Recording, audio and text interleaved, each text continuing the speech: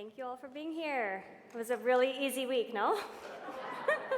I really appreciate all of you taking time out of your very busy, packed September schedules to be here. It means the world to all of us.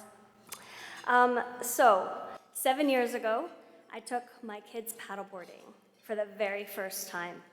It was one of the most powerful experiences of my career, but probably not for the reason that you think. We were taking part in MEC's Big Chop paddle race on False Creek. You can picture them there. Little kids balanced on the end of my paddleboard. And when the race ended, they did what any kid would do. They tried to jump in the water. Against my natural instincts, I had to forbid them from swimming. The E. coli counts, the bacteria, had been really high, particularly that summer, much higher than the government guidelines recommend for swimming. So here we are. This is my children's first memory of water, and their memory is of their mother physically restraining them, stopping them from jumping in the water, afraid that they would get sick. This is a Watermark story that will stay with them for life, and I just don't think that's right. We shouldn't be afraid of our water, and often we are. How many of us here in the room are worried about water quality problems this summer? Quite a few, yeah. You probably read about or experienced beach closures at iconic places such as Sunset Beach, English Bay, Kitts. Many of your kids also probably weren't able to go jump in those waters and were warned by loved ones to stay away. It's not right. We should know whether or not our water is clean enough to swim in, and if it's not, we should find the cause of the problem and fix it. If it is, we should make sure those waters remain protected for everyone. So that's exactly what Swim Drink Fish is doing. Fraser Riverkeeper, the anchor here for Swim Drink Fish in Western Canada, has launched a water quality monitoring program on False Creek a couple summers ago. The public response has been so enthusiastic that we expanded our program this year. To date, we've collected nearly 500 water samples with the help of over 100 volunteers here in Vancouver. And we shared the results with the public through our Swim Guide app. It's free if you don't have it. So people will know when their water is contaminated.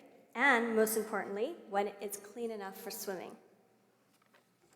So we're even finding and collecting evidence that will help restore False Creek water quality in the future. So it won't be long before every day is a good water quality day in Vancouver. So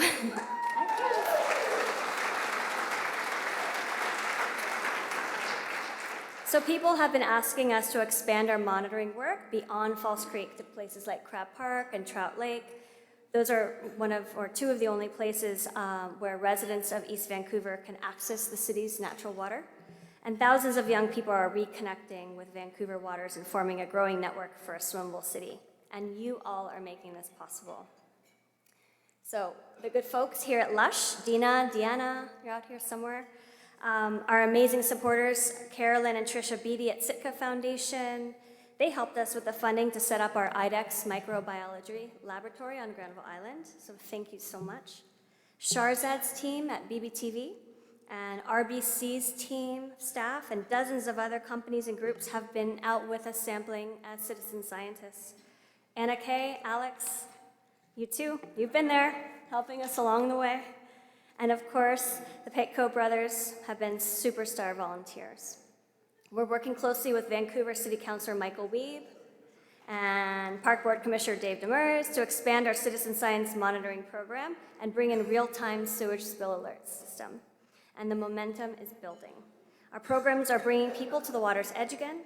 We're helping people understand their water better, and the impact doesn't stop there. When we connect people to water, it's only a matter of time before they step up.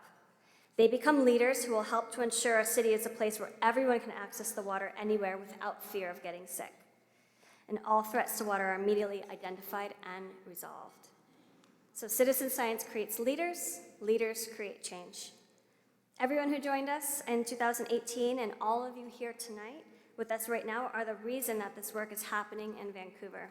Your support is changing lives here, and it's rippling out across the country, touching the lives of now 4 million people in our community. Thank you all for what you have done and for all that you will do, and here's to a swimmable, drinkable, fishable future. Thank you.